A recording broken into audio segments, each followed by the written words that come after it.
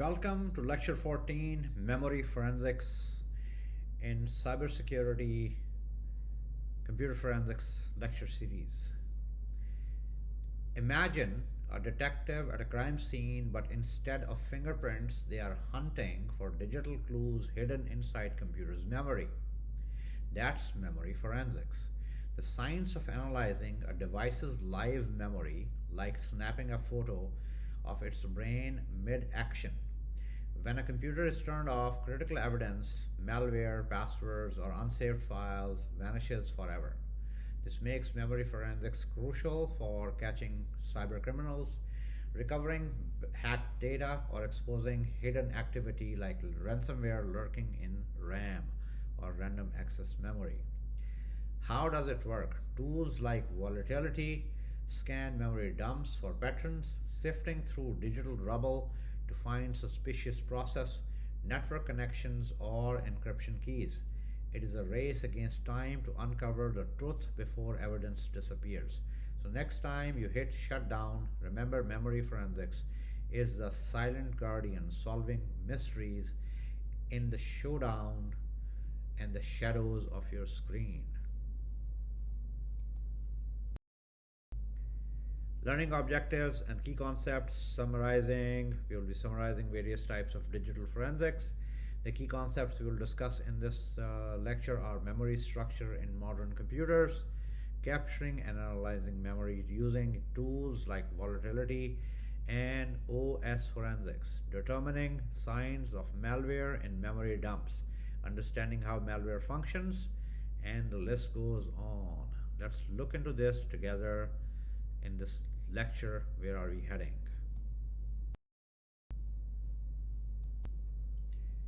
Ever wonder how your computer juggles a dozen tabs, a video game, and your homework all at once? That's a good question.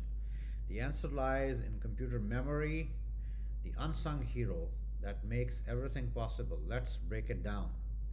First, think of your computer's memory like a workspace. There are two types: RAM, random access memory, and storage, like your hard drive. RAM is your computer's short-term memory, fast, temporary, and perfect for tasks you are actively doing. When you open an app or file, your computer loads it into the RAM for quick access. But storage, that's long-term memory, slower but permanent. It is like a filing cabinet for your photos, documents, and apps. Here's the magic. Your computer's CPU, the central processing unit of the brain, works with RAM to get things done. Imagine you are editing a photo. The CPU fetches the image from storage, drops it into the RAM, and tweaks it there super fast. RAM is like chef's countertop. Everything you need right now is within reach. But if you close the app, the CPU clears the counter, saving the final version back to the storage. The more RAM you have, the more counter space your computer has. That's why games or video editors need lots of RAM. They are handling huge files, but RAM has a catch. It's volatile. Turn off the power and poof, it's empty. That's why you hit save. You're moving your work from temporary RAM to permanent storage. Storage like SSDs or hard drives is slower but reliable. RAM is lightning fast but forgetful. Together they balance speed and permanence. Think of it like your own brain. RAM is what you are thinking about right now, while storage is your lifetime of your memories. So next time when your computer multitasks like a pro, thank its memory and the ultimate team player. Short-term RAM for speed, long-term storage for safety, and CPU directing to the show. It is not magic, it is science.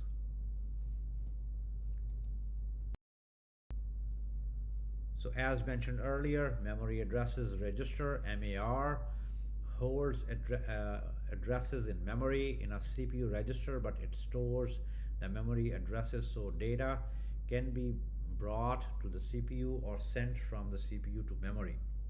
Memory data register, or MDR, also part of the CPU, stores the data that is being transferred to and from the memory.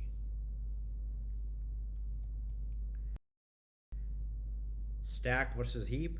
Stack is computer memory that is automatically allocated and managed as needed for temporary variables, and heap is the memory that programs can allocate as needed. Source of memory leaks. So let's look into this with one example each. Picture a stack of cafeteria trays. You grab the one on top first, right? That's exactly how your computer stack works, or a hidden playbook for organizing data. Let's dive in. A stack is a last in first out LIFO structure. Think of it like a to-do list where the newest task gets done first. When your computer runs a program, it uses a stack to manage tasks like tracking function calls or storing temporary variable. It is ultimate multitasker behind your apps. Here is the magic. Data is pushed onto the stack like adding to a plate and popped off like removing the top plate. For example, when you open a photo editor, a computer pushes its instructions onto the stack. When you close it, pop, it's removed.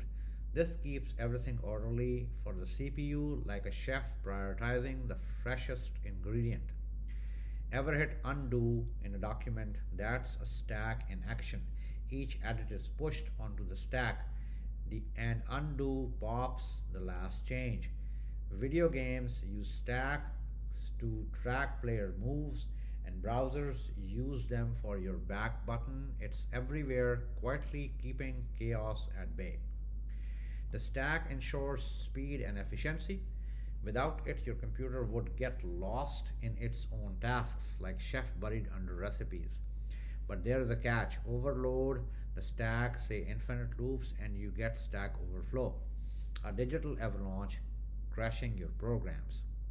So next time you undo a typo or switch browser tabs, thanks to stack. Your computer's silent taskmaster.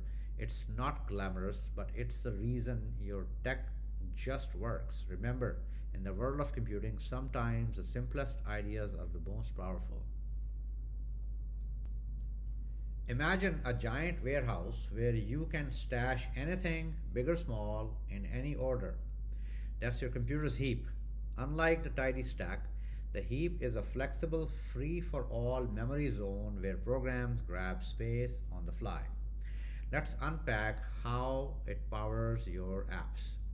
While the stack is like a neat tower of trays, last in, first out, the heap is a sprawling storage yard.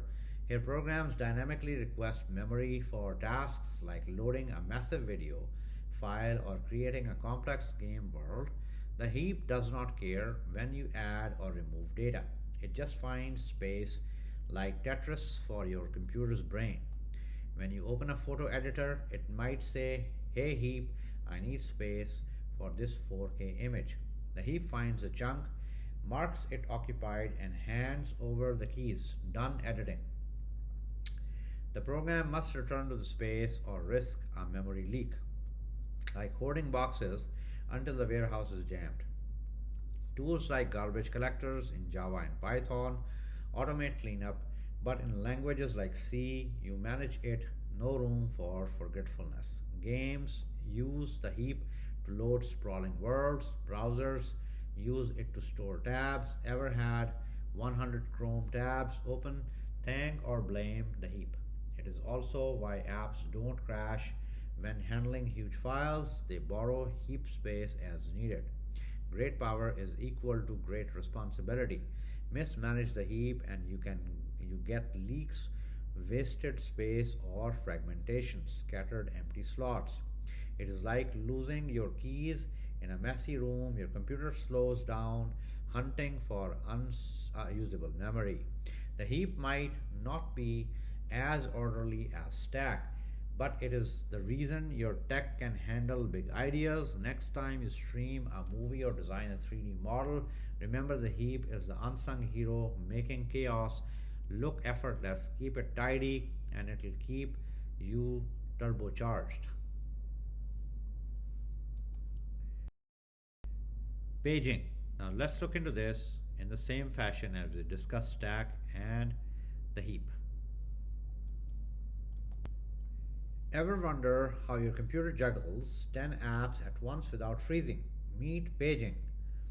The invisible librarian organizing your computer's memory. Let's unlock the magic. Your computer's RAM is like a small desk. Only so much can fit. But when you game, stream, and multitask, your apps need way more specs and space that desk holds. Enter paging. It chops memory into fixed size pages, like book pages, and stores extras on your hard drive, the computer storage basement. Imagine a librarian, your operating system, managing a tiny desk and a giant bookshelf. When you open an app, the librarian grabs only the pages you need right now and places on the desk RAM. Need something else?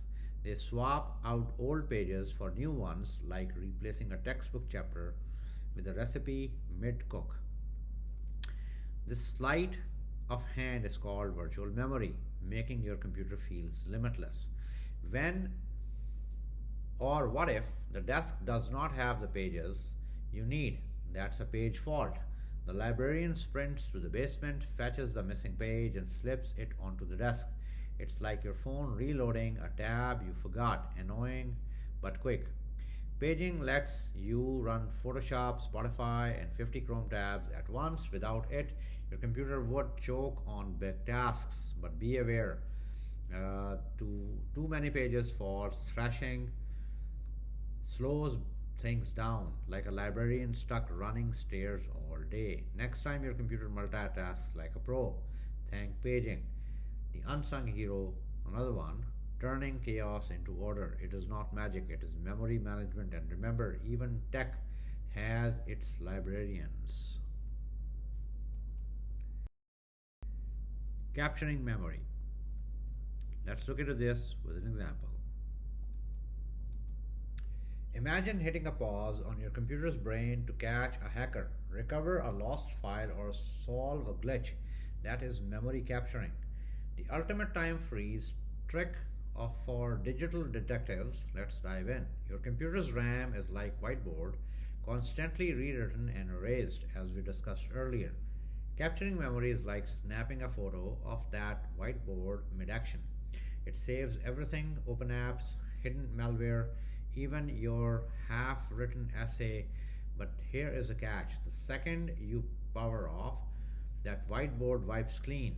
Memory is volatile. It lives only while your device is on, as discussed earlier. So capturing it is like rescuing melting ice sculptures. Cybersecurity teams use a tool like FTK Manager or WinPMEM to grab RAM data fast before criminals erase their tracks. Special software copies RAM's raw data into a file called memory dump. Think of it like saving a game progress file, but for your computer's entire brain. This dump lets experts replay the past, hunting malware, recovering passwords, or finding out why your app crashed. Police use memory capture to catch hackers. Companies recover secrets from crashing servers. Gamers even use it to cheat. Don't try that. But it is not just for pros. Ever used autosave? That is a tiny cousin of memory capture. Memory captures can expose your private data to open tabs, passwords, selfies. That is why it is double-edged sword, powerful for justice, risky in wrong hands. Always encrypt those dumps. Next time your computer freezes, remember, capturing memory is like rewinding time to fix glitches, fight crime, or rescue your homework. It is not sci-fi. It is how we keep the digital world honest. Stay cautious, stay curious, and always save your work. That's how dumped memory capture looks on the screen. Belkasoft RAM capture looks like this. OS forensics or operating system forensics memory capture looks like this. FTK Manager memory capture step 1 goes like this. Step 2 goes like this. Now let's look into this with an example. Picture this. A hacker breaches a company's network, steals data, and vanishes. Or so they think. But hidden in the computer's memory is digital fingerprint waiting to be found. Enter volatility, the Sherlock Holmes of cybersecurity. Let's explore how this tool cracks the case. Your computer's RAM is like a crime scene. Every app, password, malware leaves traces, but only while the device is on. Volatility is a free open source tool that analyzes these volatile clues. Think of it as a time machine for memory. You feed it a memory dump, a snapshot of RAM, and it reconstructs what happened step by step. So, how does it work? Let's break it down. First, you grab a memory dump using a tool like WinPMEM or FTK Imager. This is like taking a photo of computer's brain mid-crime. Then volatility scans this dump for patterns. For example, let's say suspicious process was running.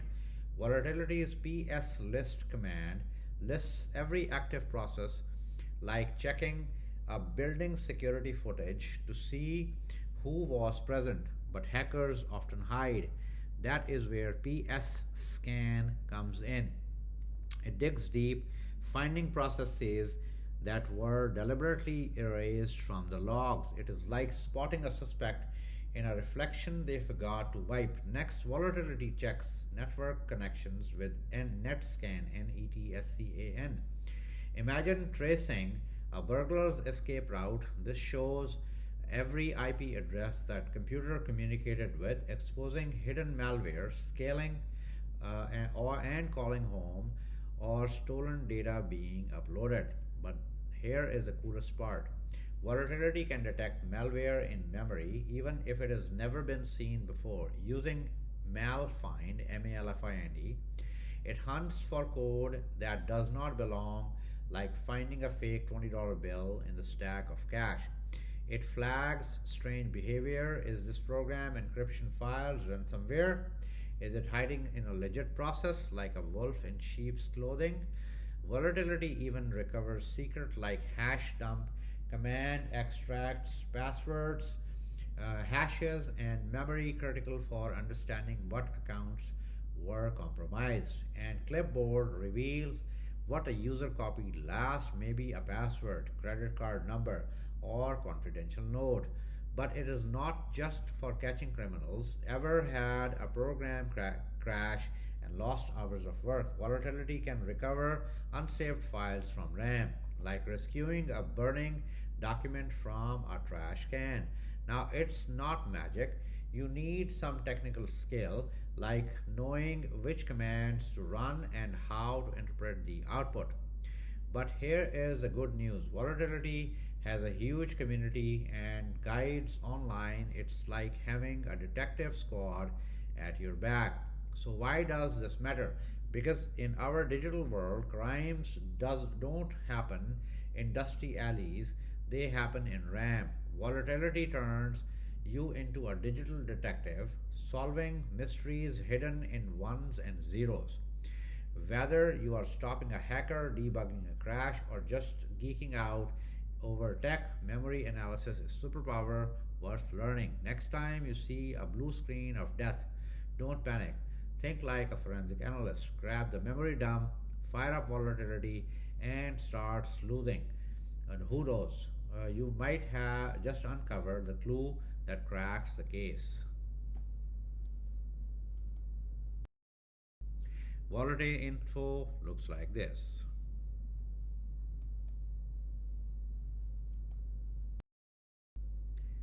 And PS list looks like this. PS tree looks like this. PS scan looks like this. SVC scan looks like this. Operating Systems Forensics Vulnerability Workbench looks like this. Output looks like this. Now, putting all this together, as I shared in the Sherlock Holmes, the volatility plays a role. I have explained all these so you can actually go through the slide on your pace and move on. Malfind we discussed. Memory sections marked as page execute, read write looks like this. The handles look like this. The dash T mutant options will show only mutants or mutexes. These are used to control access to shared resources and could indicate malware. Now let's look at malware techniques with an example each. Computer viruses are malicious programs designed to spread from one device to another by attaching themselves to legitimate files. Much like a biological virus invade living cells, once activated, they can corrupt data, slow down systems, or even steal sensitive information such as passwords. Unlike worms, which spread independently, viruses require human action, like opening an infected email attachment or downloading a compromised file to replicate. Notable examples such as I Love You virus have caused global chaos by deleting files and overwhelming networks. To combat these threats, antivirus software acts as a digital immune system, scanning for and neutralizing viruses before they inflict harm. Vigilance, avoiding suspicious links, and keeping software updated is key to staying protected in our interconnected world. Computer worms are self-replicating malware that spreads autonomously across networks, exploiting vulnerabilities to infect devices without needing human action. Unlike viruses, which require user interaction, imagine a robot factory that builds copies of itself. Worms multiply rapidly, clogging networks with traffic or stealing data as they go. The 2003 Slammer worm, for instance, crippled global internet traffic in minutes by overloading servers. Worms often target outdated software using weak passwords or unpatched flaws to jump from device to device. To defend against them, firewalls, regular systems updates, and networks monitoring act as digital quarantine zones, blocking unauthorized access. In a hyper-connected world, worms remind us that speed and stealth make them some of the most disruptive cyber threats, and vigilance is our best counterattack. Spyware is stealthy malware that secretly monitors your digital activity, acting like an invisible observer in your device. Unlike viruses or worms, it does not destroy files or spread rapidly. Instead, it lurks silently, harvesting sensitive data like keystrokes, browsing history, or credit card details. Picture a hidden camera in your phone or laptop. Spyware can track your GPS location, record passwords as you type, or even hijack your webcam. Notorious examples include keyloggers, which steal login credentials, and the 2004 Sony Rootkit scandal, where hidden spyware was embedded in music CDs to monitor users. To fight back, anti-spyware tools and firewalls act as privacy guards, scanning for and removing these digital spies in an era of online banking and social media. Spyware reminds us if a deal or download seems too good to be true, it might be hiding eyes you cannot see. A logic bomb is malicious code hidden within the software that activates only when specific conditions are met, like a ticking time bomb set to detonate on a certain date after a user action, or when a file is deleted. Unlike viruses or worms, it lies dormant until triggered, often by insiders seeking revenge or sabotage. Imagine a disgruntled employee programming a system to erase critical data after they are fired, or malware that crashes stock trading systems as at the set time to cause financial chaos. Real world cases like the 2007 Siemens logic bomb, designed to delete industrial control files, highlights their destructive potential. Defense requires vigilance, regular code audits, monitoring for suspicious activity, and strict access controls like act as bomb squads. Diffusing threats before they explode. In a world driven by automation, logic bombs remind us that trust and transparency are as vital as firewalls, because sometimes the danger is not from insider but from hidden traps within. A Trojan horse is a malware disguised as harmless software, like a thief dressed as delivery person to trick users into installing it. Unlike viruses or worms, Trojans don't replicate, they rely on deception, hiding in fake apps, cracked games, or even email attachments promising urgent invoices. Once inside, they unleash chaos, stealing passwords, encrypting files for ransomware, or creating a backdoor for hackers. The infamous Emotet, EMOTET Trojan, for example, posed as bent documents to hijack financial data, while fake game mods often hide keyloggers. Defending against Trojan requires skepticism, avoid trusted downloads, use antivirus scans as a security checkpoint, and never open unexpected attachments in the world of endless downloads. Remember, if an offer seems too good or too urgent, it might just be the Trojan or disguise. Now let's look at the malware hiding techniques like DLL injection and process hollowing.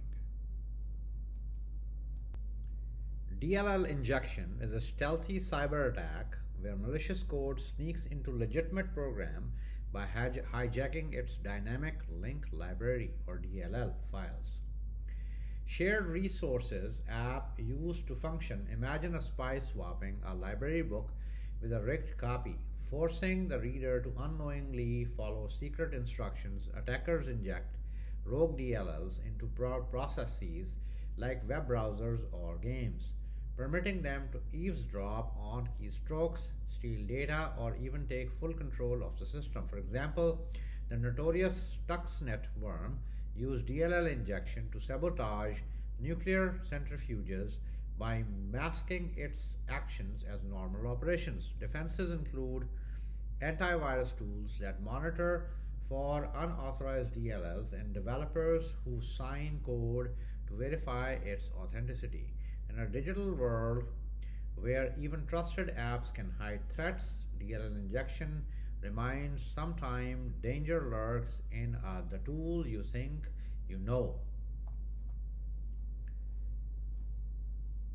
Process hollowing is a stealthy cyber attack also, where malware impersonates a trusted program by hijacking its body, like a spy surgically replacing the brain of a friendly agent. Attackers start a legitimate process, Windows svchost.exe, suspend it, hollow out its original code, and inject malicious instructions. The compromised process then runs harmful actions while appearing innocent to antivirus scans. The example of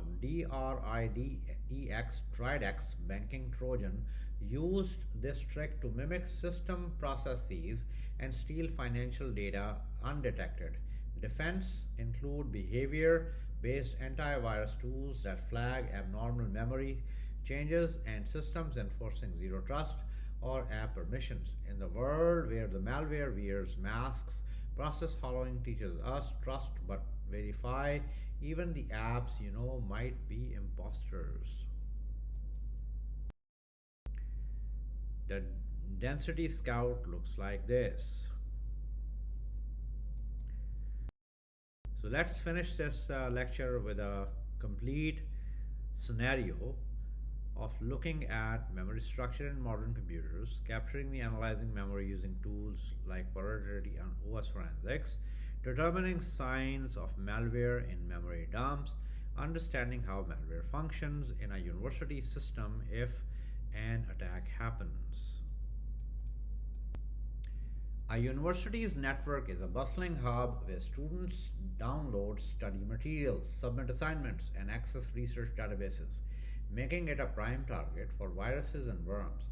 A student might accidentally open an infected PDF labeled final exam guide, unleashing a virus that corrupts shared drives. Meanwhile, a worm like Slammer could exploit outdated lab software, spreading across campus Wi Fi to cripple registration systems during peak enrollment. Trojan horses add another layer of risk.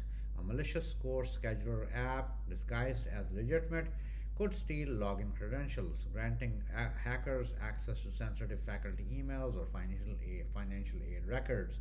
To combat this, universities deploy network segmentation, isolating labs from admin systems, and mandatory antivirus scans for all devices, turning the campus into a digital fortress. Research labs and administrative offices house treasure troves of data, attracting spyware and logic bombs. Imagine phishing emails sent to a professor, hiding a spyware that logs keystrokes to steal unpublished research or grant proposals. A disgruntled employee might plant a logic bomb in the payroll system, set to delete records after their contract ends, paralyzing salary disbursements. Universities counter these threats with data loss prevention (DLP) tools to monitor suspicious data flows and regular audits of critical systems. Training programs teach staff to spot phishing attempts, ensuring that even the most sophisticated spies hit a wall. Cybercriminals targeting high value research like AI projects or medical studies might use DLL injection to hijack labs' simulation software by replacing a trusted DLL file.